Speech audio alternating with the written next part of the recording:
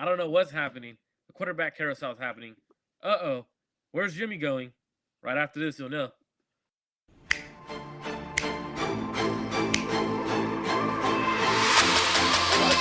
Let's go get him.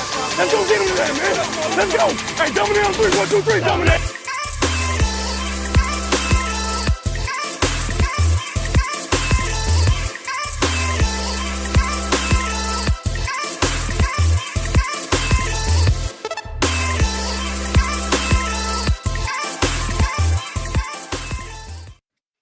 Welcome back to another episode of Clutch Gene Sports. I'm here with my main guy, Rohan. How's it going, Rohan? Hey, we doing good, man. How are you?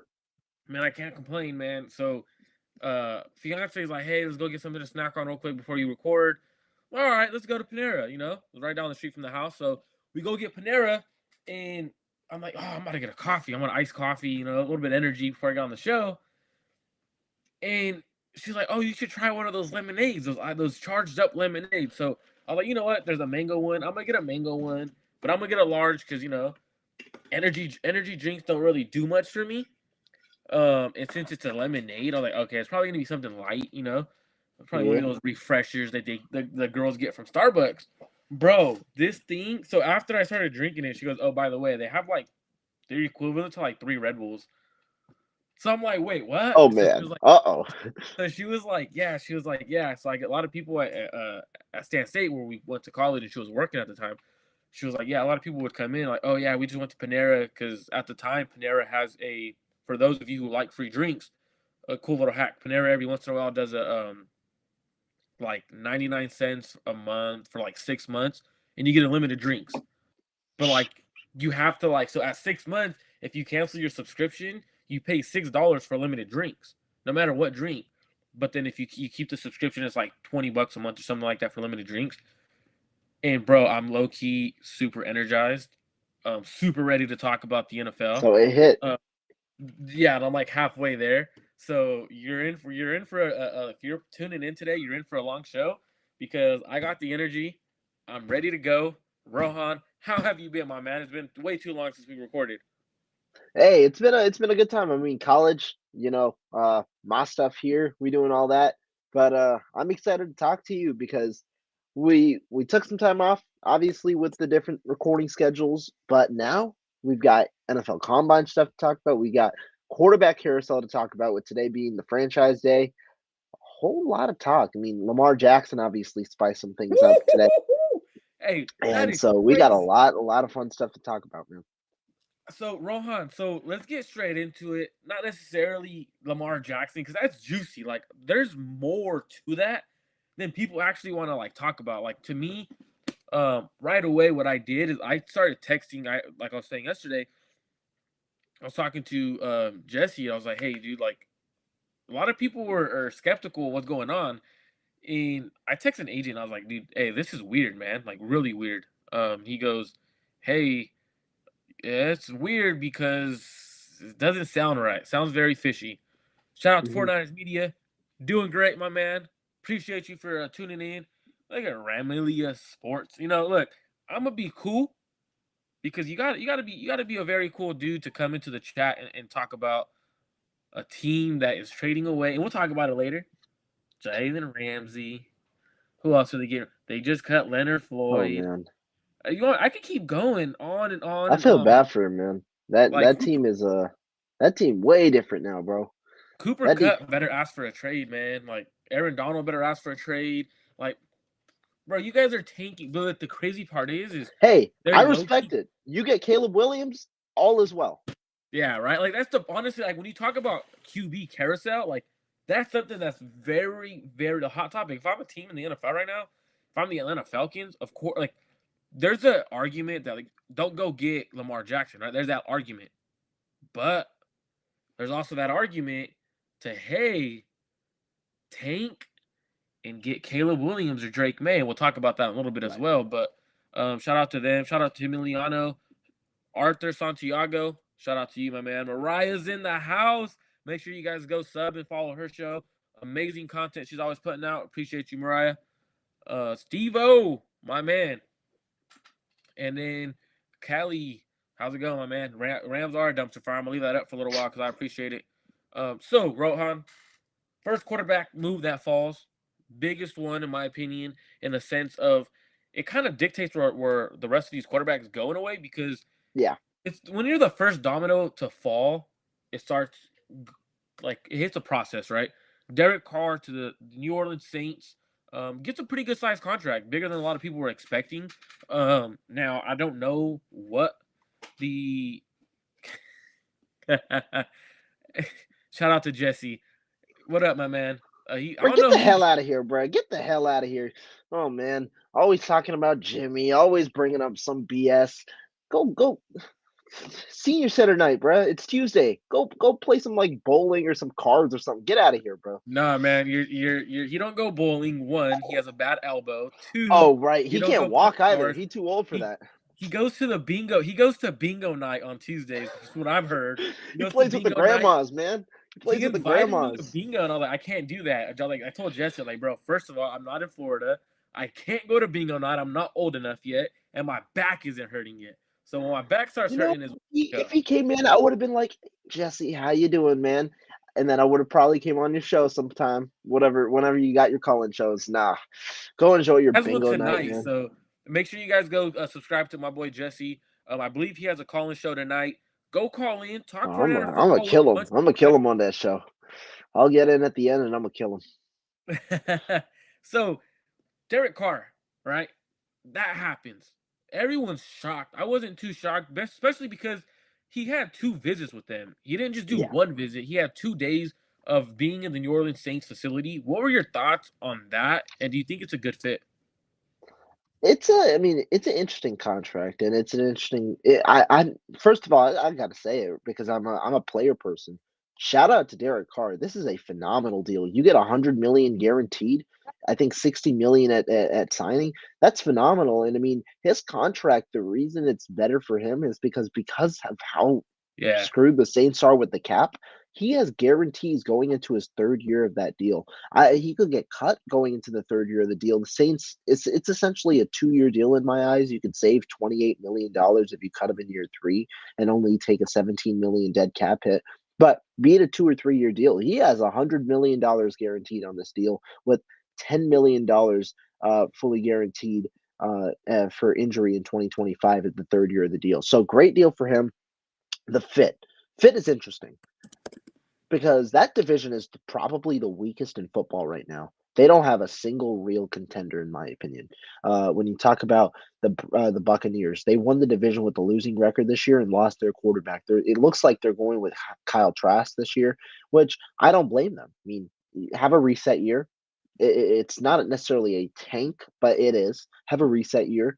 Figure out whether you have a guy who you might want to build around, and in the likelihood that it isn't, you have a high draft pick next year, and you can go ahead and pretty much restart for the Buccaneers. And the Carolina Panthers, I think, in my opinion, they're the strongest team of the bunch, but they don't have a quarterback, as they haven't for a while now. The Atlanta Falcons, I mean, they're in like they're in that wish wash land. Who knows what they do? They've reportedly out on the Lamar stakes. We'll get to that in a bit. And now you have the Saints who get their quarterback. I like this deal for Carr. I don't know how much I like it for the Saints. The Saints are in this mindset of where they fail to reset. You have to understand in the NFL, some teams are willing to do that reset, and that's what spirals that rebuild much quicker. So I think that that's something the Saints haven't done. They continue to restructure deals. And I'm not going to sit here and say that you can't maneuver if you don't want, but the Saints have paid the ramifications. They lost their top right left tackle last year. To free agency because they couldn't pay him because you don't have the money. And while they try and create these signings, you're still pushing money back in the future. And so to me, I don't know how much I like it for the Saints. I think that they do require a reset at some point. I don't know if this move really pushes the ceiling, but I'm happy for Derek Carr and that he found another massive deal. And I think this is such an intriguing move because I don't know how many people anticipated Derek Carr to the Saints after freaking the New York Jets called him a Hall of Fame first ballot Hall of Famer in that interview. So that was an interesting one. So it's an intriguing move because it does spiral a couple of potential other moves in the quarterback realm. Good move for Carr. Not sure I like it so much for the Saints. Don't know if it increases their window. So the Derek Carr contract was a 4-year, $150 million contract. So it's 37.5 million per year. Total guarantees 100 million, which ranks 10th overall. And guaranteed at signing is 60 million, which is 11th overall. So the interesting thing about that is when you look at the NFC South, right? You got the Buccaneers who won that division at 8-9. Shouldn't have been the playoffs, and then the rest of the division is 7-10. Now the 7-10 teams are the Panthers, Saints, and the Falcons. Now, I think the Panthers are closer to being a playoff team than the rest of the division. All they are missing is a quarterback. They got good receivers, a decent young running back. They have two of them actually, and then their defense has a bunch of guys on there. They have J.C. Horn. They have Right. The defense. defensive line. They got what's his name? Why am I Derek blanking? Brown. They got Derek, Brown. the edge And then rusher. Burns. Yeah, I was thinking Burns. So they got a bunch of dudes along the defensive line. They're gonna get younger at linebacker. They're gonna try to draft, but the main position of need right there is quarterback. They just hired Frank Wright. Now, if you could write that offense, they're a playoff team in my opinion. Now, looking at what Andy Dalton did last year, right? People don't give Andy Dalton the credit that he deserves. Andy Yeah. Dalton Fair. last year, in my opinion, played like a top 15 quarterback roughly if you think about it, and you could make the argument for a top 10 quarterback last year. He came in, he had a 68% completion percentage, actually 67, sorry, two for three, almost 3,000 yards, 18 touchdowns, so 9 interceptions on a 95.2 quarterback rating. Now, not phenomenal, but when you look at the NFL, what did really Derek Carr really do that's better than him? When you look at it, in my opinion, I thought those two quarterbacks are very comparable. I'm surprised they didn't just try to re-sign Andy Dalton and draft a young quarterback. To me, that makes more sense than anything else. Not only because you save money on Andy Dalton, but to me, Derek Carr doesn't move the needle. Last year, he threw for 3,500 yards, 24 touchdowns, and 14 interceptions in 15 games. He struggled, in my opinion, in a better offense with good weapons. Now, the weapons he's going from Devontae Adams, Darren Waller, Hunter Renfro, to Chris Olave, possibly Mike Thomas, Alvin Kamara, Jawan Johnson. In my opinion, he had better players with the Las Vegas Raiders. To me, it's a downgrade. Now, if the NFC teams want to stay mediocre, I'm all for it as a 49ers fan. Now, if they want to continue to get better, I'm going to be like, hey, you know what? Actually, I don't want that to happen because the reason is when you are a 49ers fan, you want all these NFC teams that need quarterback. For example, you want the New York Giants. Thank you for signing Daniel Jones. Derek Carr, thank you for going to the Saints. Because all it's going to do is allow the 49ers to be in a better situation to compete every year, and it gives them an easier path, in my opinion, the more time that there's no legit quarterbacks in the NFC. If you do the NFC quarterbacks, the best quarterback in the NFC right now, in my opinion, is probably Jalen Hurts. Who's a quarterback in the NFC, Rohan, that you think is up there in that top Yeah. echelon of quarterbacks? I think that's fair. I mean, when you go for what Jalen Hurts would be one, what would you do based on last year? Maybe Prescott? Geno at two? Maybe Prescott? Yeah, Prescott, if you don't factor in the injury, yeah. I mean, it's like that, right? The top 4 or 5 quarterbacks in the NFL are in the AFC. And And so then look, that's you just where it's mentioned crazy. what's crazy is you just mentioned Geno Smith, which he's the first quarterback to actually official domino to fall, but it wasn't. Yeah. We knew he wasn't leaving. Like that wasn't happening. So he had a 3-year, $105 million contract that he just signed with the Seattle Seahawks. The deal is pretty much 3 years for 75, based Yeah. off of the situation. It really is. It's not really the true 105. He gets 30 million in incentives and 40 million is guaranteed at signing. So that contract is a fairly team deal. Now it still Yeah. allows for, in my opinion, it allows for Seattle to still get your quarterback this year. Allow Geno to play for 1 or 2 years. See, doesn't hurt, right? If you really want a quarterback like Anthony Richardson, Seattle could go out and get that Anthony Richardson quarterback that they want.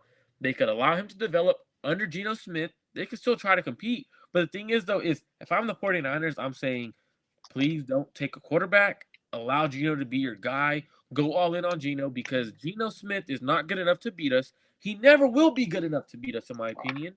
So, to me, huge mistake. I thought they should have let him walk. Go sign one of the younger quarterbacks and draft. I thought that was a bad mistake. And before we continue to keep going, make sure you guys hit that subscribe button. Make sure you guys subscribe to Rohan's personal channel. That is in the description. Shout out to my guy Rohan. And if you're feeling generous today, you go ahead in the top corner. You can go ahead and donate to the show. I appreciate every single one of you guys. And shout out to my man Steve-O. Yes, Jimmy played top 10. I don't think so. And we'll get to that in a little bit. So, Yeah, talk to me a little bit, Rohan, about your thoughts on the Geno Smith contract. it's interesting. I mean, there's definitely two perspectives. Do I think that Geno Smith, Derek Carr, Daniel Jones are players that you look at and say they elevate my roster to where we can win championships? No, I don't think either any of those three players are going to win a championship with their respective teams. However, from a team building standpoint, I understand the move to re-sign Geno Smith. The Seattle Seahawks are building something there with what they have. They also have the luxury of having multiple first round picks, not only this year, but also next year in that Russell Wilson trade, where Denver did not show promise this year. Their fifth overall pick is because Denver gave them the fifth overall pick. And so I think they're in a strong position this year to let the board fall to them. The quarterback situation is obviously the way that it'll pan out. Maybe they trade up, but I think that if three quarterbacks go, there are four quarterbacks that you can feel comfortable about. And the Seahawks don't have to be worried about some of the concerns other teams have about playing in week one because you have Geno Smith there for the next 2 years. They could choose any of the four quarterbacks if they have high grades on all four of them, first round grades that is, and look to develop that guy. And if they don't go quarterback, well, you have an edge rusher there that you could take that's probably going to be top five worthy. Maybe a guy like Jalen Carter, if his Mm-hmm. situation gets there, falls to number five with the quarterbacks going heavily in the early range. There are a lot of options that the Seattle Seahawks can go. They are a very smart organization. They built their way very well this past year, and they went 9-8, overachieved. To me, Geno Smith provides you an option where you can remain competitive, and I think that that's important because in the NFL, when you're trying to remain competitive, that attracts free agents. When it shows that you can be competitive while also building a roster, and I think the Seattle Seahawks are positioning themselves to reopen that championship window. What do I mean? They've got a variety of younger players. Once those younger players develop in about 2 years, when you get the quarterback if they select one in this draft, let's say it's Anthony Richardson or Will Levis, when you get the quarterback that you want, develop him for 2 years, you have a 2-year championship window where you believe that you have your answer and a developed team full of talent around that quarterback. I think that that's valuable. I think that Seattle, while I don't necessarily think Geno Smith moves the needle for them, and I don't think that they're going to be a Super Bowl contending team over the next 2 years, I don't mind the contract because I think it's cheaper than what the quarterback market is.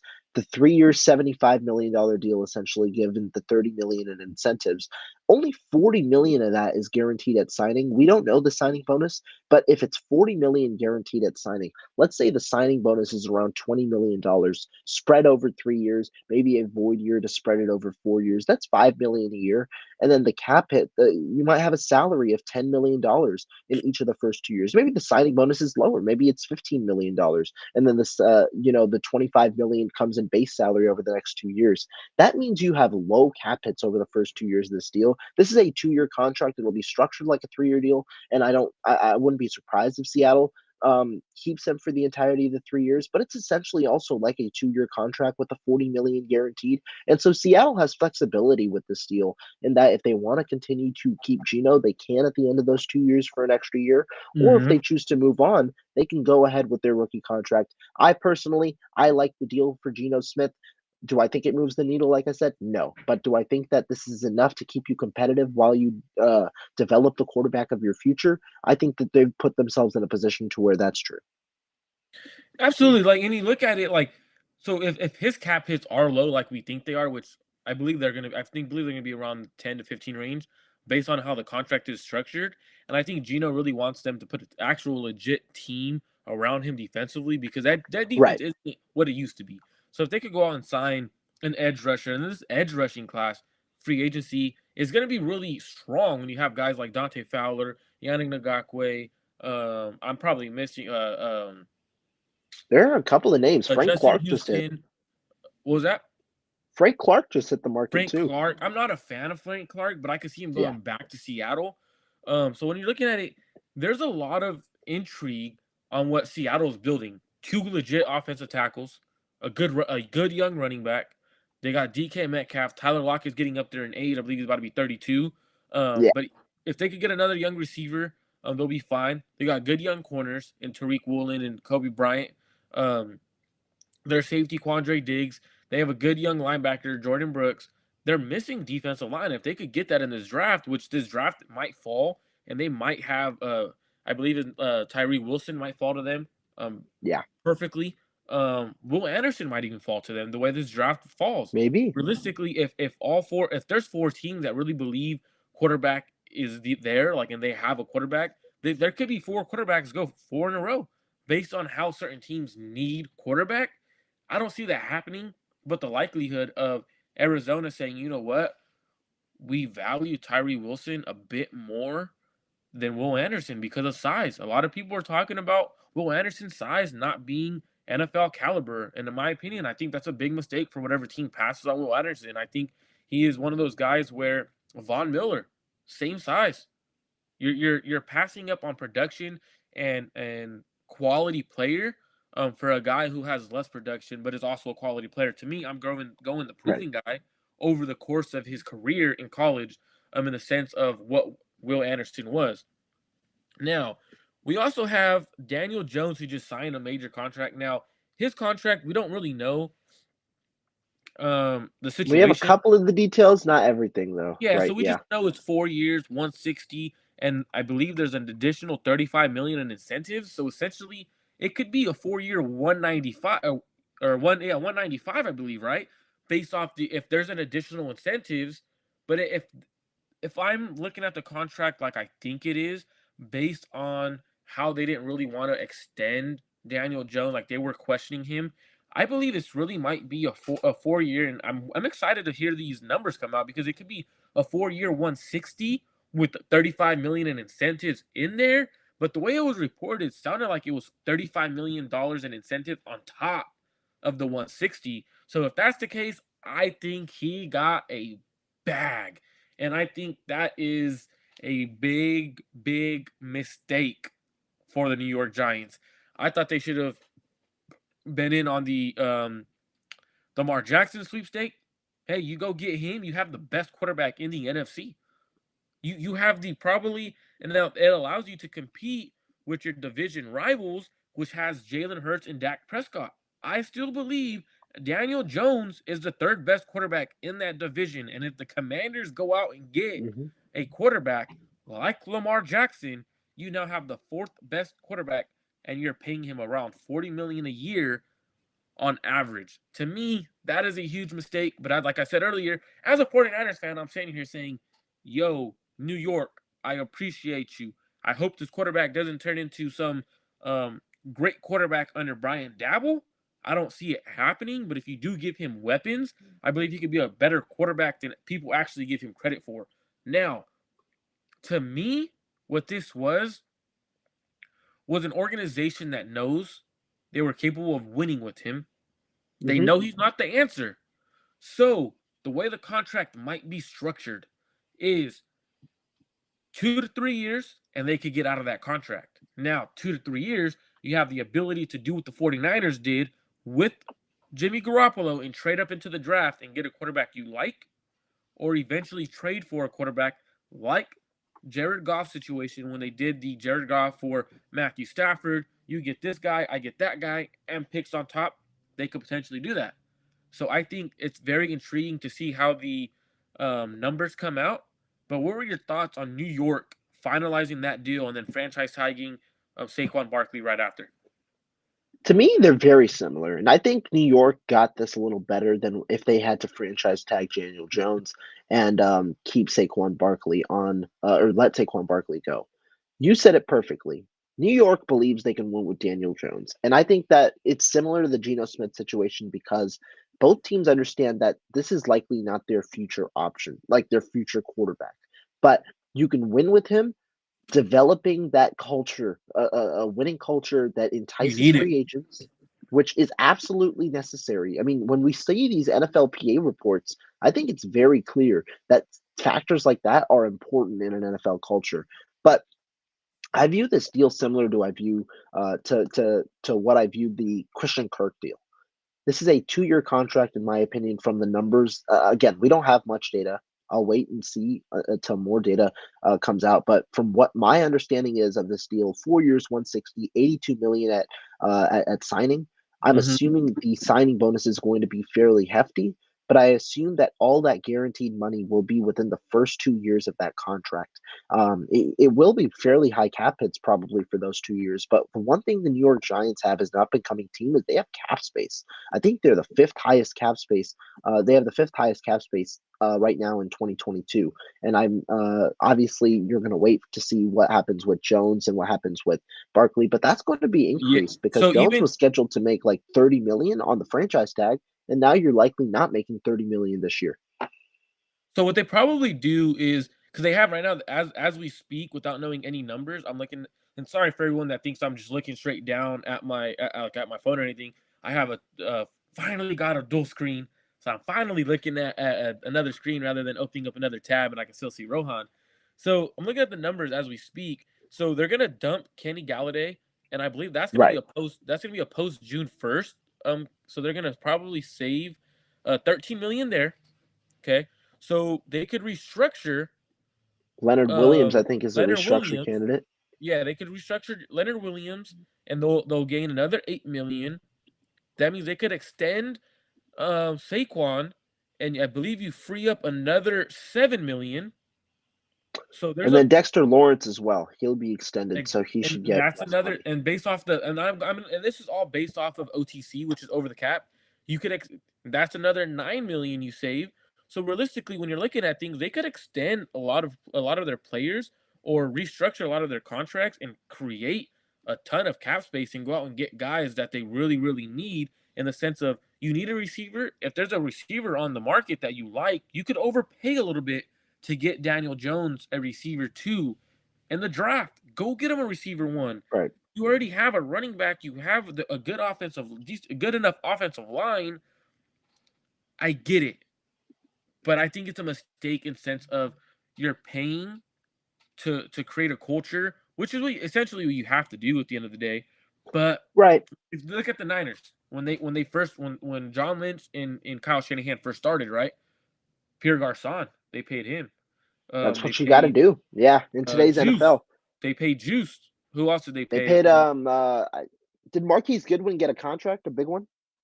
It wasn't a big contract, but they did pay him. It wasn't uh like cash out, but like I believe after his first season with us, when he had like a good season, I think they did give him a decent enough contract. Oh, I appreciate you for being a first timer. Shout out to Texas, I believe it's Texas TX 49er 956. Shout out to you, my man. Um, No Border Sports is in the house. What's up? And he meant to say everyone. And shout out to my man Steve-O. Like I said, so looking at the contract, I think it's a mistake. Now, we have other quarterbacks that are potentially on the move. As you look at the podcast picture, Jimmy Garoppolo and Aaron Rodgers are the next quarterbacks, that the next big quarterbacks, I should say. Now, Aaron Rodgers is going to take a trade. I don't think the Packers release him or cut him or Yeah. anything. That would be irresponsible on their end. Jimmy Garoppolo is a free agent, so he kind of holds the destination, and it's gonna. I believe something happens with him prior to Aaron Rodgers being moved. Where do you think he ends up? I think honestly, the two spots, um, as soon as the car news hit, I've had a good feeling of where the other two are going to go, or at least a good opinion. I do think Rogers ends up with New York. I do think he ends up with the Jets. I think that makes the most sense. Why? The Raiders have, I think, publicly stated they're not going to be in that race. Dave Ziegler said it, their GM, making them kind of out of the race, and he's also going to be moved to an AFC team. The Packers won't trade him within the conference. I know a lot of people like to mention the 49ers. That was never going to happen. They're not going to move him to San Francisco. I think it's got to be an AFC team. I know the Dolphins, some people thought about it. Mike McDaniel is committed to Tua Tagovailoa. I don't think that that's where they go. I think it's the New York Jets. I think that they're the ones that make the most sense and also have favorable favorable trade bait to where they can hammer out a deal. We've heard the recent rumors as well, and so that's where I think Aaron Rodgers ends up. I agree. I think Rodgers does end up as a New York Jet, and the reason why is because if you look at what the New York Jets said, right? They came out and they're like, "Hey, we believe Derek Carr is a Hall of Famer if he comes here." Yeah. I don't believe what you're preaching because the reason what they were doing was, "Hey, Rodgers, if you don't hurry up, we're choosing Derek Carr. You better hurry up and answer us." And to me, I felt like that was a big move in the sense of, hey, this is gamemanship. Like, hey, this is a businessman. We'll go after someone else if you don't want to come here. Now you're stuck. You'd be stuck because if he's not moved to the Jets, I think he's He's stuck. staying. Yeah, he's staying. Like, realistically, what other team makes a move for him? No one in the NFC. If they trade him to the NFC, I think it would have to be bigger trade than we would think. But even then, looking at that, the only team I could see actually going for him that could potentially see that they have a shot, which would be arrogant. In the NFC, I could see like the Panthers Maybe. in the Yeah, sense of like they have receivers, they got that makes DJ sense. Moore there, they got a good running back, they got a good defense, good offensive line. So I could see them going after Rodgers, but to me, that's irresponsible on their end. Go get your quarterback for the future. You're drafting high anyways. Go get someone you could develop. Um, I do think the Dolphins could be in on him, but I think the Dolphins are making a mistake rolling with Tua. Now I'm not saying that because I don't think Tua's a good quarterback. It sucks to see him have to get injured the way he was. I just think he's not good enough. Hmm. He's a good quarterback. I watch a lot of Dolphins games because my father-in-law, and my brother-in-law are Dolphins fans, so I watch a lot of Dolphins games. He's just not good enough. He reminds me of Jimmy in the sense of I'm gonna take the underneath stuff, even though the deep routes are available, or I'm afraid and too late on the deep throws that I'm either way overthrowing it or underthrowing the ball. And that's something that's been consistent with Tua. The arm strength isn't there for the Tyreek Hill and Jalen Waddle speed. It's not. I'm sorry. So I think they should go out and get a guy like Rodgers who has a cannon. Man, imagine seeing Rodgers with Tyreek Hill and Jalen Waddle. That'd be pretty fun to watch. And they probably go out and sign Dalton Schultz or draft a tight end high. Right. So I do agree with you. New York Jets. So we're both in agreement that the New York Jets get Aaron Rodgers. So now that leaves Jimmy Garoppolo. Does Jimmy Garoppolo go to Las Vegas? That's where everyone is predicting he goes. I don't like the idea for Las Vegas because I don't think Jimmy is better than Derek Carr. I don't. And that's not a knock on Jimmy. It's just Derek Carr could create a little bit more outside of the play when it breaks down. He could create a little bit more.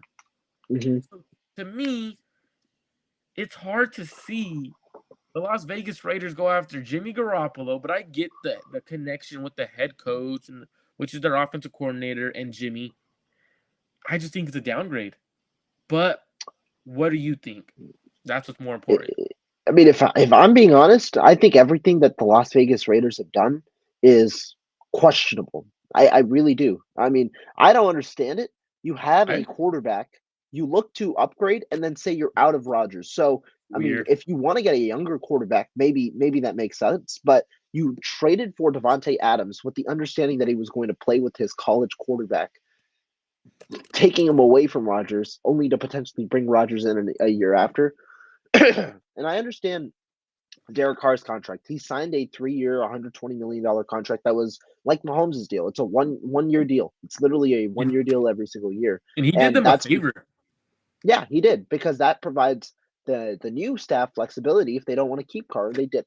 But I thought that was stupid of him, to be honest. hey, he got his money, so it didn't hurt him in the long run. But Jimmy, I would not sign them if I'm Jim. Like I wouldn't sign him if I'm the Raiders. It's a downgrade in a very competitive division that got better because Sean Payton joined the Broncos. But do I think it happens? Yeah, I do think it happens. I think Jimmy Garoppolo, the way that it works, I think the Raiders should sign Jimmy Garoppolo, but they also should draft a quarterback. I think Garoppolo would fit honestly pretty well with Hunter Renfro, with Darren Waller, with that system. I think he's got a lot of weapons. It's something that Jimmy Garoppolo would work with, and I think the one thing that he might provide a little more is consistency. I think that he might be a little more helpful there, but it's still a very questionable decision. He's probably going to get a good amount of money. I would do it, and then I'd draft a quarterback, CJ Stroud. I think he'd benefit very well if he sat behind a guy like Garoppolo for a year or two, and then ended up being the starter for the future. Yeah, and absolutely. I agree if you go draft your quarterback of the future because you're picking 7th overall. But then I still think you have to trade up in the draft to get your guy. Like Probably. Yeah. 7th In this draft, overall, especially, probably. Unless it's, because do you think Levis falls to 7? I think Levis falls. I Because think like he with does out of Carolina, the group. Carolina probably trades up right to. My expectation is Carolina trades up to 3, and it's either somebody trades up to 1, be it Houston, Indy, maybe not Houston, but Indy. I could see Indy trading up to 1. Maybe I even could Vegas see trades up to 1. so the draft order, you got Chicago, Houston, Arizona, Colts, Seattle, Detroit, Vegas, Atlanta, Carolina, Philadelphia, and then Tennessee, and then Houston again. So I could see. I don't think Houston trades up to 1. I mean, there's no reason Yeah, to trade up to 1. You're probably comfortable taking either quarterback at that spot. Now I right. could see a team like Detroit saying, "Hey, we like we really like you, Jared, but you're not the answer for us." You They've know what I mean? publicly said it too that they are looking at the quarterbacks. So I could see them trading up to 1 because you got to jump Houston and Indianapolis and possibly Seattle if they take a quarterback. So there's 3 teams possibly there. I could see Detroit trading up to 1, knowing Las Vegas is gonna try to get to 3, or Carolina's gonna try to get to 3. So I could see a team like Detroit getting to 1 or the Colts getting to 1. And if they do that, you're probably looking at probably Anthony Richardson, in my opinion. I don't think they're gonna trade up for Bryce Young. I think at that point, you trading up, you're gonna get the quarterback with the most upside. And I've been saying this, and I'm not for those watching, I'm not saying this because of the combine. I've been telling Rohan for a We've good been while. saying it since January, bruh. So, like, for me, it's been apparent that Anthony Richardson is the quarterback in this draft class that teams are going to want. Now, I do know that a lot of teams really like him outside of his physical traits in the sense of how smart he is. That's what they're intrigued about. Like, whoa, this quarterback is smart. For the Florida offense, so I'm going to tell you guys a little story. Florida offense, you know what they have him do? One read, no, nothing else. You're throwing there, that's all you're throwing. And if you don't like it, then you can sit the bench. That's how that system was ran. That's why they got a new quarterback coach, new offensive coordinator. That whole program is trying to be turned around because it was bad offensively. So him, I think he could be very productive. I think a team trades up and gets him at 1, 2, Bryce Young, and then they kind of have to start jumping. Now, Jimmy Garoppolo might get paid, but what's a fair payday for him, man? I mean, based on these contracts, what we saw Gino get essentially 3,105. I'm just going straight off the total AAV, including incentives. 3,105. Jones get 4,160. I could see a 30 million. Garoppolo's is definitely going to be incentive ridden. It's definitely given his injury history. Injury history, So yeah, I would say 384, 380, 384 that makes maybe. sense. 384, 28 AB, maybe even the 27 and a half number that he had before. What they maybe 20 million of that in incentives. So it would end up being like a 360, something like that. What do you If think in G the sense of guaranteed though? Like, cause quarter like the main number is guaranteed money, right? Because like realistically, if you don't get much in guaranteed, then that's just pretty much your contract isn't a big contract in my opinion, especially for the NFL. Yeah, that is very true. And I would expect the Garoppolo to have 2 guaranteed years. So around what Gino got. What are Gino like Gino had 40 million in guarantees. I don't think the signing bonus will be high. I don't expect them to be at there. So I'd expect Garoppolo's to be a little under 40. Okay, that makes sense in the sense of because you don't want to guarantee a quarterback who is older. He's 30. He isn't a Pro Bowl quarterback. He kind of struggles when the pocket breaks down. He doesn't provide extra, and if you're signing him, you're probably picking very high in the draft, and at least in the top 15, and you might be able to get a quarterback. So to me, makes sense to go about that business. Now, there's not only quarterbacks out there. There's guys like Jalen Ramsey that might be moved. There's Right. a lot of defensive ends on the market. So looking at the undrafted free agents, so what is a player? Obviously, where do you think before we go anywhere? Where do you think Jalen Ramsey ends up? And before, actually, you know what? There's a pin message I wanted to get to. Actually, Let's do it. 16 touchdowns versus four interceptions for Jimmy versus Andy. 2 touchdowns, 1 interception, and said he's top 10. So check this out. Reason why I say top 10, I'm not looking at stats. I'm looking at how they played. Now looking at Andy Dalton, he had Jawan Johnson, Chris Olave, no other receiver outside of Chris Olave. Alvin Kamara was in and out of the lineup, hurt. His other running backs were hurt. He was playing with literally no really offense. Jimmy Garoppolo at the time had Debo, Ayuk, Kittle. He had for a little while Christian McCaffrey for like a couple of games, I believe, 1 or 2 games. So the offense and then also the defense is a completely different. So the Saints defense wasn't that good like they should have been. They were fairly decent. I mean, they weren't terrible. But to me, it goes more into what they were able to do with what they had, not necessarily their stats. So we could look at the 4-to-1 touchdown and 4 touchdown and 1 interception ratio. That's great. But this is the best Jimmy has ever looked. This isn't the best that Andy Dalton, in my opinion, has ever looked. I thought when he was younger, he was pretty solid. He was a quarterback that was able to sling it. They called him the Red Rifle for a reason. He had that gunslinger mentality, and I thought last year he was able to put on a good display for his free agency period. I don't know if you think Jimmy played better, but I personally thought Andy played better in the sense of the grand scheme of everything and not necessarily just stats. Yeah, I mean, I think that it's tough because Garoppolo also didn't play for a significant portion, right? He played what, 10 weeks, half the season, Mhm. and I mean, his play is really characterized into 2 elements: one with McCaffrey and one without. Without McCaffrey, it wasn't great. I mean, it was building up, but the initial returns weren't great. With McCaffrey, though, was great. He was the top 10 quarterback when Christian McCaffrey was on that field. I'd say he was probably better than Andy Dalton when Christian McCaffrey was on that field. You can make the argument, certainly, though, for the 5 weeks that he wasn't with McCaffrey. I think you could definitely make the argument either way.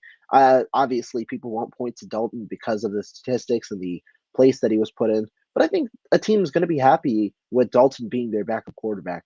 Now, if it like, there are multiple different ways to point it: player and value. Garoppolo clearly has more value. He's younger, and if you're talking about a guy who can lead you to the playoffs with the right weapons around him, Garoppolo has a higher chance of leading you to the playoffs, probably. But I mean, I don't want to discount what Andy Dalton did last year. Pretty solid player. So, Jalen Ramsey, where does he end up? I think the best spot for him, and I hope you say it, but I'm gonna let you go first. I want to go second on this one.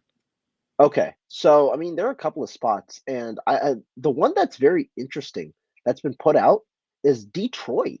I mean, Detroit has been a very interesting team that they people are saying. And I mean, if I'm being honest, I like it. Why? I Because do. people are saying Detroit, yeah, just get them. Detroit should draft a corner at 6. I don't think it's going to cost the 6th overall pick. I think what I heard in reports was it's going to cost a first or a package around a second. Number 18. You take number 18, you ship it for Jalen Ramsey. Guess what? You don't deal with the guarantee like Jalen Ramsey, you'll have a good amount on your hands, obviously, but you saved. I mean, it's not like you're paying for the entirety of that contract, right? The Rams are going to take on a dead cap as well, and so to me, I think you get a valuable corner through the prime as you build up your team. And this is a team also that could win the NFC North next year if Aaron Rodgers is traded. And I mean, with the way that that division is right now, that team could win the NFC North. Why not get a defensive-minded head coach with a cornerback? That's the one thing that team is missing. They're a terrible defense because they didn't have good cornerbacks this year. Amari Oruwariye fell off this year. When you talk about it, Jeff Okuda, he's been up and down in his career, a little better as of late for sure. But having a solidified corner, it boosts the entirety of the room, not only Ramsey himself. And I think that that's a good stepping stone to where you could spend a little bit in free agency, understanding that the edge class is pretty good for Detroit. No, I absolutely agree. So even if you look at Detroit, they have pick 49, pick 56, and pick 82 to play with to go get Jalen Ramsey. I don't think you have to necessarily give up a Right. first round pick You because can if you give look up at what the Rams 49 have, and they have 80. two What picks in was the it? top 49 and 82. Yeah. 82 because you have two first rounders, so you're playing with house money. Now, when you look at what the Rams have, they got two picks within the top 180 picks. They're completely in a rebuild mode. They don't want first round picks. They want as many picks as they can get. You get two extra second rounders, and that gives you 3 second rounders and a third rounder. So to me, I think that's what you got to do. You kind of got to play what are they looking for? And I think at that point, even if Detroit doesn't want to go get a corner at pick 6, they could trade up future picks, go get their quarterbacks or stay there and get a quarterback or an edge rusher, put someone opposite of the young player they just got last year. Um, oh man, the kid from Ohio, from Michigan, Are you talking about Hutchinson? Hutchinson. Yep, they could put someone opposite of Hutchinson, and then what you do is you could get someone at 18 and still get a corner at 18 to put opposite of Jalen Ramsey or use Jalen Ramsey in that star role. So it's not necessarily a corner, but he's that safety, nickel, move him around as a big linebacker. To me, I think it's a smart move for them, but I wouldn't be shocked if teams like the Dallas Cowboys. Wait up. I want to say one team. I don't know if you're going to say him. Because the one team that I really had in mind, other than Detroit, that I thought would be really interesting, especially with the new circumstances, send him back to Duval, bro. Send him back to Duval. Let him be that CB1 in Duval. They're going to release Shaq Okay. Griffin. They're going to release Shaq Griffin. They got the money. They've got a young team. They're going to win that division likely. Send him back to Duval. Can he take that leadership role with Duval? I absolutely think they Because it's a need it. new, it's completely new. I mean, Shad Khan's still there, but it's complete. The entire organization's completely new. You don't got no Doug Marone there anymore. Forget who's the GM back then, but you don't got none of them anymore. That's actually a good place, but I could see someone like Jerry Jones thinking he Yeah, needs a corner outside. Like when you really have a lot of corner on your team, you really don't need one. You got the young Ricky Deron Bland. Shout out to my boy from the 209, my buddy right there. Went to middle school with him. Shout out to him. Then you got Trevon Diggs opposite. You got another couple Israel. Mukuamu. Yeah, Yeah, Mukwamu. So they got corners there. So, but I could see Jerry Jones be like, I need Jalen Ramsey. I need him. I think that's a mistake if they do it. But I really like the Duval one because you could go and you could just send them pick 25. Like realistically, the back end of the first round isn't that good. Send them pick 25 if that's what they want. If you don't, I believe they have 1 second rounder. I'll double check right now. I believe they have at least 1 second rounder, which is pick 57. Actually, I have pick 57 and then the third rounder at pick 89.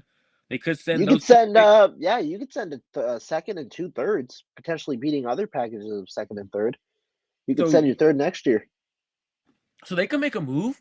Um, but man, I would like to see Jalen Ramsey kind of go to Detroit with the mentality they have Yeah, there.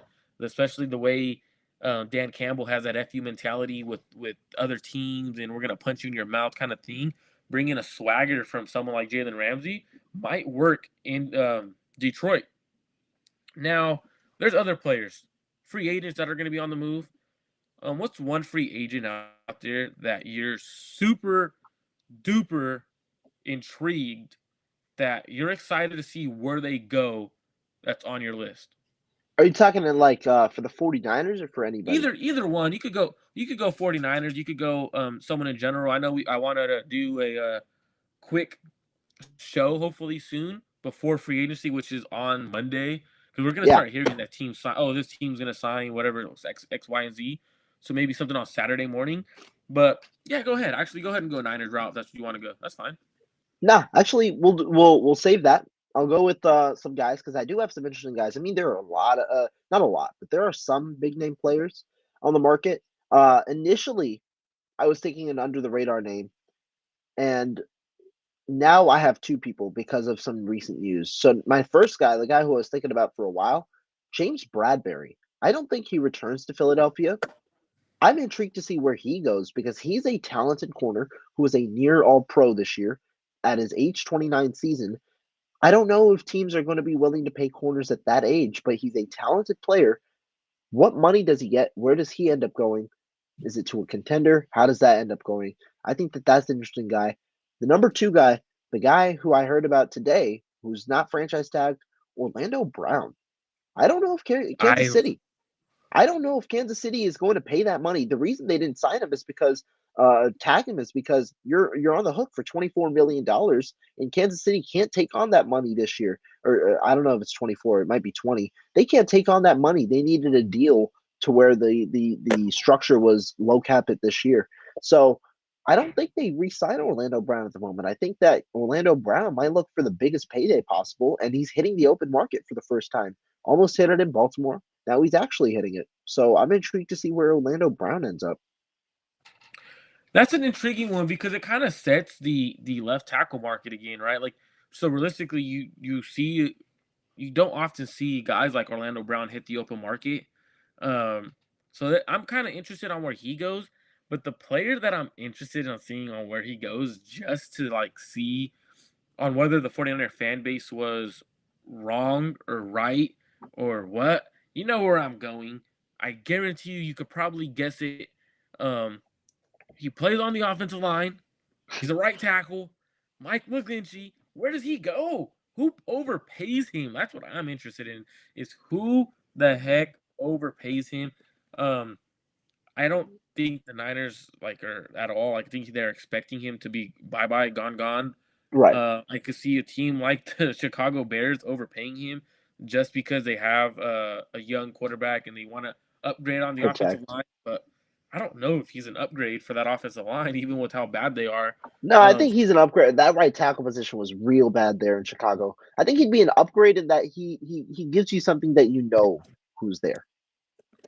I get what you're saying, but at the same time, it's like when a guy like Justin Fields tends to hold on to the ball a little bit too long at times, that's a recipe for disaster because we seen what happens when Mike McGlinchey has a quarterback, no names, Jimmy Garoppolo, holds on to the ball too long, sacks, right?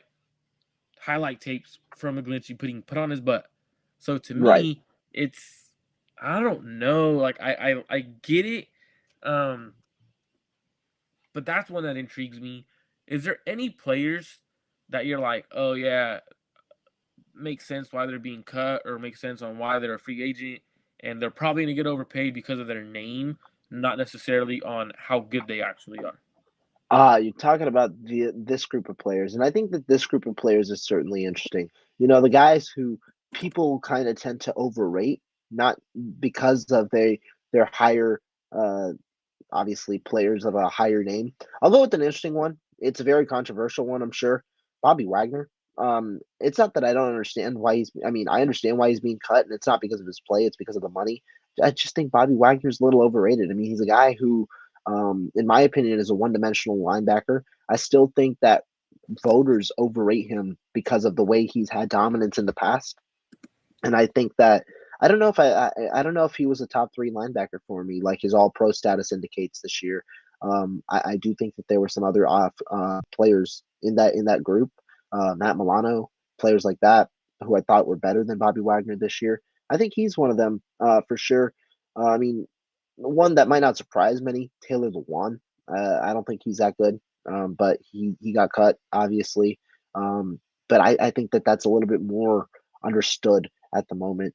I might go with one, Fletcher Cox. Maybe Fletcher Cox. He's at 32, but he's still pretty damn good. Yeah, So I he's don't still want to say productive that. though. He's still pretty damn good. Like maybe not the Fletcher Cox of the past, but he's still pretty damn good. So I don't know if I want to go there. But I'd probably go with he's my number one guy. A player I'm really intrigued on, like, who overpays, not necessarily overpays, but I think he's gonna get paid because of his name and where he was drafted more than anything, is Marcus Davenport, man. Like, when I'm Ah, looking at Marcus Davenport, he was drafted in the first round. Last year he had half a sack. The year before he had 9 sacks. But in his career, in his he had 5 years, half a sack last year, just half. yeah, one, 2, 3, 4, yeah, Damn, half a sack. In his 5 years, he only has 21 and a half sacks. Spot Rack and like the other people that project say he's gonna get like 20 something million a year. The dude is ranked 17 on NFL networks and a lot of NFL networks analysts um, free agency projections on who's the better player. I think that guy is just an injury prone player who got drafted higher than he should have. And I'm interested to see who overpays him because of his name. Um, to me, that's one that's interesting. I'm also interested in seeing where what's his name? I'm looking at the Tremaine Edmonds, 25 years old, that's an interesting one. very good linebacker. Now, when we talk about the top linebackers, so Matt Milano he's a very good linebacker, right? Hmm. Now, Matt Milano and Tremont Diggs or Edmonds, sorry, Tremaine Edmonds, yeah. Tremaine Edmonds. I thought they should have kept them paired together. Like, I'm But shocked that Edmonds they, gonna get that money, man. He gonna get probably like 15 a year. but he's one of the, in my opinion, I think he's one of the top linebackers in the league. Do you pay linebackers what 30, 32, 32 a year? Would you do that? No, he's not gonna. You think he's getting 30 a year? No, combined. Them two combined, probably around 15 each. I mean, Or how much? Milano might be on. I think Milano's cap hit for the next 2 years is 13, so maybe around 30 total. I mean, how much is Fred making? Fred Warner, he's making about 18, 19, somewhere around there, But probably around 20. The Niners are paying around 29, aren't they? That's fair. That is fair. Yeah, that's So I true. mean, you're realistically, if you have a top linebacker duo, you kind of got to keep it because, in my opinion, linebackers are becoming the They do so new much. they're Yeah. they're the new safety. Really, like, think about it. Like, they're covering the tight ends, they're covering the slot receivers, they're carrying the seam. Like, safety's jobs are getting easier because they can't come down and pop you in the mouth. So it's kind of not necessarily easier, but I should say like it's not as much needed, and the NFL is kind of making it apparent based off of how many free safeties and safeties are on the market today. If you look at it, Jesse Bates, Chauncey Gardner-Johnson, Julian Love. Who else is a free agent that I'm missing? Let me go and double actually change this to from positions to safeties, but Jordan Poyer, like Oh, Jordan Poyer's big. Yeah. Jimmy Ward, Von Bell, um, I think the other Edmonds brother is also a free agent this year. Terrell Edmonds. I wanted the Niners to sign him last year. He had a solid season. Yeah. Um, so to me, it's just one of those ones, Rohan, where people are going to overpay You these talking big. linebacker or safety? Not not necessarily safety, just players in general, right? Uh-huh. So it's interesting because I think people are going to overpay. Now, what I'm going to talk about in this next comment, Real Steve O. quick, before you go for it, because I see the comment, let me say this on the linebackers. I think it's interesting because I do like your point about how linebackers are. There are some positions where they are becoming a little more important, although you might not understand why they're becoming a little more important. Linebacker is one of them. Why? Because in today's world, we don't play in base downs anymore. We play a lot in dime packages. We play only two linebackers. You play a lot more defensive backs. And so with the two linebackers, they're expected to do more Mm-hmm. because there are only two of them, be it in coverage, which is a good amount, right? Especially with the quarters coverage, with the zone, with the amount of zone coverage there is, even man coverage going against tight ends. And also with a guy like Fred Warner, a guy who is so special and able to do different things, you're allowed to do so many different things with your defense. And that's why you see safety converted linebackers that play because they have the range, they have the speed, they have the coverage ability, but also the body to sustain hits and to get up in the ground game. And so when you have like it allows you to utilize other players to play better within their own role. And I think that teams now value either the linebacker position or the safety position. They value one or the other, understanding the differences between them. And the 49ers clearly value the linebacker position and serve them well. Yeah, I absolutely agree. So, especially because when you look at linebackers like Fred, like traded from the Bears to the Ravens, why can I not think of his Smith, name? Roquan Smith. Roquan Smith. Those guys changed defenses. The moment Roquan got to Baltimore, their defense went from like a 20th ranked defense to a top 10 defense statistically. Like they Hmm. went from average to whoa, that's a good defense right there. So you do need good linebackers. It shows every week. The good linebackers help their defenses win games. Right. Now, the most important thing that I wanted to talk about, and I wanted to save it towards the end, Lamar Jackson, right? Gets franchise tag. With Lamar Jackson, this is Steve-O saying with Watson and Lamar's situation, our players trying to go fully guaranteed like the NBA. So Watson created a fully guaranteed contract on a situation where he was facing allegations, sexual allegations. I'm not going to get into the allegations that happened. I'm not going to get into legal terms. That's not what we're here to do.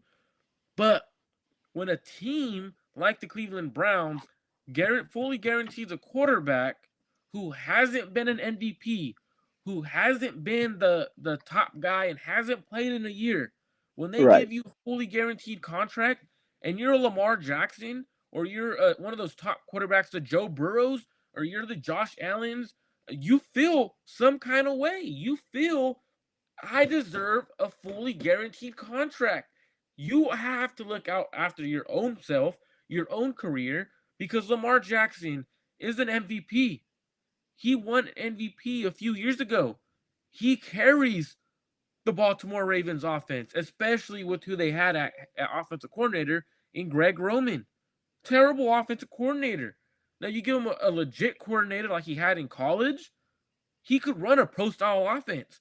So for me, I do think players are trying to go for the more fully guaranteed money, like the NBA. The fact that the Cleveland Browns gave Deshaun Watson a fully guaranteed contract kind of spiraled, and you noticed some of the owners were like, "Hey, why would you do that?"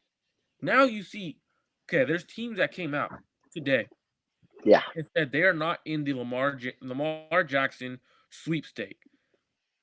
Teams like Atlanta Falcons, the Tampa Bay Buccaneers, the Las There were Vegas like Raiders. 8 teams. Um, Miami's I'm one trying of to them. find where the Commanders are one Miami of them. Dolphins, Commanders. Who else? There's two other teams that right away came out and said, "No, we're not in it." Wait, does anyone else have a Josh Allen, Joe Burrow, Jalen Hurts, Patrick Mahomes, Justin Herbert? Any of those quarterbacks on any other team? No, man. No. They Any don't other got. qu- any other You're quarterbacks talking better than about Lamar teams that Jackson? got freaking like Kyle Trask and Desmond Ritter eliminating it. Any of the other quarterbacks have a Lamar Jackson or someone that is better than him? No, no, they don't. And that's the reason they're in the sweepstakes. And it creates this interesting talk, right? Because they're so quick to shut it down. And in a way, I mean, you hear the talk about potential collusion from even top Absolutely. sources like Ari Meirov. And I think that it's just because owners are mad at what the Haslams did to sign Deshaun Watson during his allegations to a freaking $230 million fully guaranteed contract. That's unprecedented, right? In today's world, that's unprecedented. I think Russell Wilson was the real big deal right before or after that. He got like 125 million guaranteed on his $250 million deal. Watson got it fully guaranteed. And so I mean it's right for Lamar Jackson to ask for it. But I also think, and this is going against my pro player persona, but I gotta see it from both sides. And I think what the Ravens did for their team specifically was really smart. I think the Ravens played the situation well. Why? Because they understand that they right now aren't able to negotiate well with Lamar Jackson, who has his demands, and the Ravens aren't going to meet it. They don't want to give a fully guaranteed contract. So what do? They put the transition tag on him, essentially keeping his rights while allowing other teams to negotiate with the understanding that Lamar Jackson is going to go out Was there it the and was it the transition tag or the non-exclusive? oh, sorry, the non-exclusive franchise Okay. tag. But other teams are going to go out there. They're going to negotiate with Lamar Jackson, and if it's not a fully guaranteed deal, the one Lamar Jackson's seeking, if it's just a deal like the Ravens have been trying to get, guess what? The Ravens are going to match it, and they let another team do the negotiating for them, not having to deal with that process, and they end up being fine. But if not, right now it seems like Lamar Jackson. My prediction is he remains a Baltimore Raven, just because teams aren't Mm-hmm. willing to get into that stake, and also it's a part of how the owners are not necessarily. I won't say colluding because I'm not going to say any of that, but I'll say they they're are. colluding.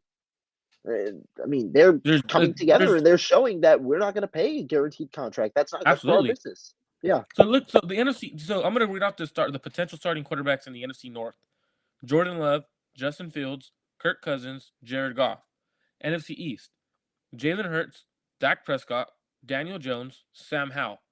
NFC South: Derek Carr, PJ Walker, Kyle Trask, Desmond Ritter. NFC West: you got Brock Purdy, Geno Smith, Matthew Stafford, and Kyler Murray.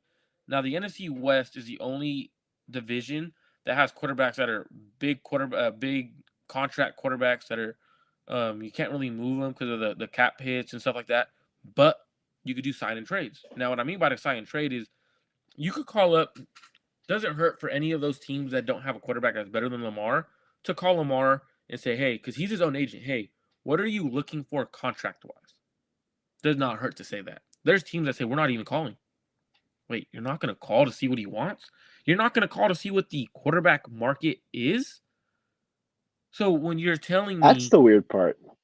so The not even like it. You don't have to pay money to just see talk to what it Lamar is. Jackson. Yeah, he is free on the market. You can at least hear, and I'm sure at the moment the reporting was a little over exaggerated. Like we heard the Raiders were out, and then Diana Rossini just said an hour ago that the Raiders are not eliminating any options, not eliminating anything. I'm sure teams are going to actually talk to Lamar Jackson, understanding the backlash, but it is certainly But interesting with the way that you hear but it. the thing is though, Rohan is like the way I see it is no disrespect to Deanna Rossini, right? No disrespect to her. But her coming out and saying that is like the NFL saying, hey, why would you guys report that? You Right. need to fix this. What did you like? I can see It's I can like see the both. owners. It's like the owners figure out. Oh shoot, we did something bad. Yo, Oh, yo, yo. Tweet this out for me, whoa, please. we let that get out. Oh, we're about Yeah. to have guys, we had to pay Colin Kaepernick a lot of money because we did the same thing to him. Oh snap. Someone better start reporting that we're meeting with him.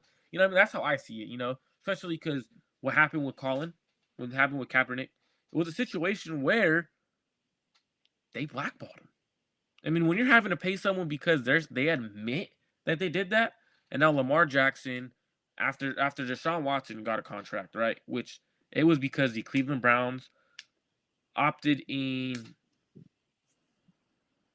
uncertainty in the sense of Baker Mayfield was their quarterback, and they wanted to get a big name player because their defense was really good, their offense was solid, they had good receivers and stuff. So they wanted to get a big name quarterback. They made a big trade. The thing is these teams were even calling on Deshaun Watson when he had allegations and hadn't played in a year. Right. Now we're talking about Lamar Jackson. All you got to do is call. Hey, how much do you Right. really want? What is the concern? How much guarantee do you want? I don't think he wants fully guaranteed. I think he wants at least more than the other quarterbacks in the sense of I want at least 200 million guaranteed. 200 million, I believe, is still less than what Deshaun Watson Yeah. got Deshaun guaranteed. got 230, but I still don't think he gets 200 million guaranteed. But why? Why? Because it's unprecedented. Still, I don't know. Like actually, I don't know though, because like he's on the open market. If I'm the Atlanta Falcons, here's what I'm doing. I'm saying, screw you, Baltimore. You screwed the situation. I'm paying him 50 million in the first year. Understanding you have the cap to do it. Front load the hell out of the contract. NFL teams backload it. Front load the hell out of that deal. Baltimore can't pay 50 million in the first year. Are you crazy? Or I'm exaggerating, but you know what I mean. Front load the hell out of it. Don't let Baltimore match. It's 2 first round picks. The one thing I think some teams around the top will be worried about is you're giving up 2 number 5 overall picks, 2 number 4 overall picks. Like that's Uh, what I the thing is though is I don't think those are going to be because if you're telling me right now like the if quarterback Atlanta. list that I just I don't know exactly where Atlanta's drafting. Off the top of my head, I think it's. Well, actually, no. Atlanta's not even that top. They're not. I don't think they're in the top 9. They I might be think 10, right? I think they're I'll double check, but so The thing is, though, is even when you look at the starting quarterbacks in the NFC South, he would be the best quarterback in the NFC South. Right. Derek Carr, you got Derek Carr, you got Kyle Trask. Whoever it is, I don't know Those are who's the going to be NFC. for Carolina, but Cal Trask, There's no yeah, quarterback. They got no quarterbacks. You're gonna win the division. You were 7-10, a game away from winning the division, with Desmond and Ritter. it's to me is if you have Lamar Jackson, you win that division. So yeah, you're giving up. Let me see what they pick right now. NFL draft order. I believe they're But hey, picking while 10th. you bring that up, I want to ask you a question because this is one that I'm interested thinking about right now. Would you want Lamar Jackson trade 2 first-round picks to pay Lamar Jackson, understanding who Lamar Jackson is, or do you want to go? Would you prefer not having to pay You're anything and asking me the getting hard question. Are Caleb you going Williams the Drake nine? pay? Are you talking about the Niners or no? No, I'm talking about Atlanta. I'm talking about Atlanta because they won't be that good next year. They go out and get a top 3 pick. They get a top quarterback in next year's draft, one of the top 2. Would you prefer that, or would you prefer trading 2 first-round picks and getting Lamar Jackson? Lamar Jackson. You're telling me I only have to give up 2 first rounders? Didn't Russell Wilson go for Understanding the 2? salary too. Understanding the salary.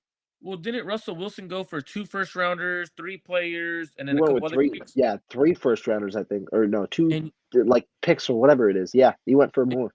and he got paid 160 million guaranteed. And Lamar Jackson, in my opinion, is a better quarterback than him. So I I would. understand.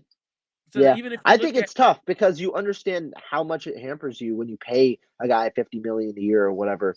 But Lamar Jackson is Lamar Jackson. Now, let's bring up the other perspective, which you muted oh, yourself. So 49ers perspective. man, so I don't. So the Niners would have to make. I believe they would have to do like a sign and trade. I believe in the sense they If don't Lamar because he if has a deal to. isn't done by the draft, they Yeah. either Then have to wait until the draft is over or do a sign and trade. so, but I could see them doing more in the more sense of a sign and trade, sending Trey I Lance. don't think a non-sign and trade works because if we're being honest, anything the 49ers pay Lamar, I think Baltimore matches. I agree Because of the because way that they'll Baltimore. structure the deal. Yeah, and then at that point, well, the thing is though, is if you do a sign and trade, it's not necessary because you're not. Hey, I can't pay him what you're paying him. In the sense of the Niners backload that contract, No, that's what I mean. They'll backload it regardless. but you could do a lot. You could do a lot. The contract being 200 fully guaranteed. They don't want Yeah, to yeah, do you guaranteed. could. So as long as you go, in my opinion, as long as you go over their guaranteed number, because they're set like at 120 or 130 or something like that. They're set. They have not offered more than that from the reports.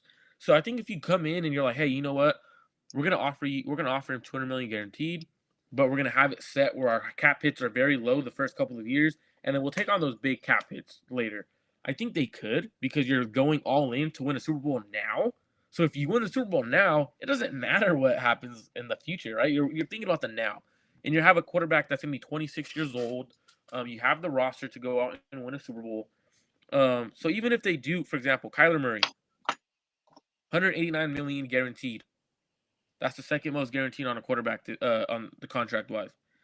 So even if Atlanta does decide, because I don't think the Niners do it. I don't think the Niners even like they might call to see what he's asking because that's just how the Niners operate. So, but if you're looking at the way Russell Wilson, he got traded for 2 first round picks, I believe, 3 players and a couple extra picks or something like that. He got Right. paid 150. If you look at Kyler Murray, 189 million guaranteed, and he had 103 guaranteed at signing. Um, Russ had 124 guaranteed at signing. So when you look Mhm. at things, I think it's more comes down to if Atlanta does give up the pick, they're picking 8th this year. I don't think they pick higher than that, but you at least know you have a franchise guy. Like that's the hardest thing to get is a franchise quarterback. They have a good offensive line. They have a good run game. Their run game would even be better. Drake London would have a better season. Kyle Pitts Now their defense was solid last year. You could still get defensive players in the second round, third round. You could build. You could go sign free agents because they have so much cap space. Yeah, So I think Atlanta does sound like the I'd play, do it if Atlanta was a choice. I'd do it. right? Like I mean, to me, it makes the most sense. Um, I think they should do it. To be honest, Atlanta's cap space number is. Let me They got double a check. lot, bro. I believe it was like 80. I thought or something in that range. No, 66. So Yeah, I mean, 66. regardless, pay Lamar 66 year one. No, I'm kidding, but like, pay him an exorbitant amount year one. Because 66, they could restructure. For example, they could restructure guys like Jake Matthews, Grady Jarrett, Yeah, and they would bring 22 million there. I mean, realistically, do they restructure Jake Matthews or Grady Jarrett? I don't know how old I don't those think guys you are. need to. I don't think you need restructures with that much cap space, pretty much. Well, I mean, you wouldn't need to, but when you're looking at it, it kind of helps if you want to go all in on a defense with That's Lamar fair. Jackson, right? If you go, you restructure Jake Matthews, which I believe he's 31, 32. You Right. restructure him I mean, you push money back. Why not? I mean, it's a sense of he's a guy who is a good tackle, not too old. I believe Grady Jarrett is in that same age, right? Or is he a little bit younger? He probably 28, Let me 29. check. Is I believe Grady Jarrett he's 29. You could do it. yeah. Yeah, you could do that, and you get an extra 20. Now you go get extra players for Lamar. You get another receiver for Lamar. You get another defensive lineman, another corner. You could go get Jesse Bates if you really want. You could splurge Do what you want. Yeah. if you're afraid. So like if they're afraid to give up pick 8 and then next year give up pick 5, go all in. Go get you giving up pick 8 and pick 20 for Lamar Jackson, 28 for Lamar, 25 for Lamar Jackson. Who knows how far in the playoffs they go? Why Right. not? The NFC is wide open in terms of quarterback. The best quarterback in the NFC, Jalen Hurts, and then probably Dak Prescott. After that, there's no quarterback in the NFC. They should go out and do it. Now, that's what I would do if I was a GM. I think so. I think so. I think that makes sense. Definitely makes sense. I mean, but also I'm also kind of crazy in the sense of what I would do as if I was a GM, but my offensive line and defensive line would be insane. That's all I would really want. Because if you think about it, those are the most important positions on the field. 49 last question, and then we'll make sure we get out. 49ers throwback said, Marco, what tight end are you? Would you want the 49ers to draft? I think you said it. I don't remember. I'm gonna let Rohan go first. Rohan, is there any tight ends in this class that you like? There are a lot of tight ends in this class. I mean, when we talk about the position, there are so many that you could look for. Uh, some guys immediately on my mind. I mean, they're consistency guys. They're blocking guys. They're receiving guys. They're hybrid guys. Josh Wiley out of Cincinnati, I think he's interesting. I think he'd fall I into the like him. 49ers range. Yeah, I think he's interesting. I mean, if you want some of the athletic freaks, Zach Kuntz out of Old Dominion, he's got a good athletic profile, which the 49ers could look to develop. I think that there are a lot of good tight ends. And the thing about it, you don't have to reach. There's going to be talent to where they could select where they feel comfortable at for tight ends, be it in the third round or even later in the later round. So a guy I really like later in the rounds because he's a little bit older. He's about 25, 26 years old. Luke Shoemaker. I think he's a very good blocker, athletic guy who, in my opinion, in Kyle's offense, he would have more production than he had at Michigan, especially if you're pairing him up with a guy like George Kittle. I do like Will Mallory from Miami. Miami. Yeah. Yeah, I think he's an athletic guy that Kyle could go out and get in the sense of when you look at him, he's not a super freak. He's 6'5", 245. He's not like imposed. He doesn't look his size, but he's a bigger size than I thought. I would go out and get him. I think his hands are one of the better hands in this draft class from the tight end group.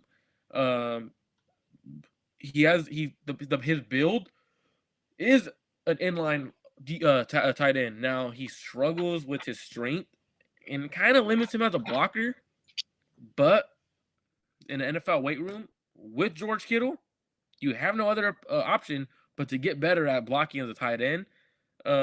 I think he tested very well, like I thought he was. He's a very athletic tight end. Another tight end I really like, Brenton Strange. I started watching him after the everything. Niners met with him. He's a guy to me who, realistically, his run after the catch is very impressive from what I've seen. Strong hands. He could high point the ball. That's something the Niners are missing at tight end. In the sense of not necessarily missing, but George Kittle isn't like the best jump ball tight end you could have, but he's getting better at it every year. And he's ready, and Brenton Strange is ready to play in the NFL right now. Other tight ends later in the draft that people were probably like, not too crazy over. Payne Durham. I really like his game. 6'5", Yeah, 255. he I'm looking at my consistent, man. He's out of Purdue. He consistent. and I'm looking at my notes. Extremely good blocker, very competitive, and a great red zone threat. Now he lacks creating separation. He's not super athletic, and he's at times tight in the hips. So to me, that's a couple guys I would go after. I would go after, in my opinion, Brenton Strange, Luke Schoonmaker, Payne Durham, and Will Mallory. Couple of different options at tight end that you could get. So to me, it's one of those ones where what do you want from a tight end? Because this tight end has blocking only tight ends, receiving only tight ends, overall good tight ends in the sense of they can do everything, and high end tight ends. So if Kyle's like, hey, you know what? I want to trade up into this draft class and I want to go get a Tucker Kraft who's a little bit better, probably go in the second round, or I want to go get one of those guys like the Luke Musgraves because he might be there in the second round. They could go get one. This class has the tight end everywhere on the board, and they'll probably be impactful Big to me. time talent. Big time tight end talent. They probably definitely not probably. They're definitely gonna draft one at least. At least one. This is the perfect time because especially George Kittle getting up there in age might be the guy that transitions. George Kittle, if George Kittle doesn't play football as long as some think he is going to play, and he might want to go to the WWE at one point. So who knows? But Rohan, I appreciate you for being on. I always love when you're on talking football with me, man. My main guy is my co-host right there on Clutch Gene Sports. He's an every day, every week appearance with us. So I know some of you guys have started seeing some frequent guests that I've been bringing on. Make sure you guys go to Rohan's personal channel, subscribe to it. If you're on Rohan's personal channel and you love today's show, come to Clutch Gene Sports and make sure you hit that subscribe button. I appreciate everyone for tuning in. Yes, sir.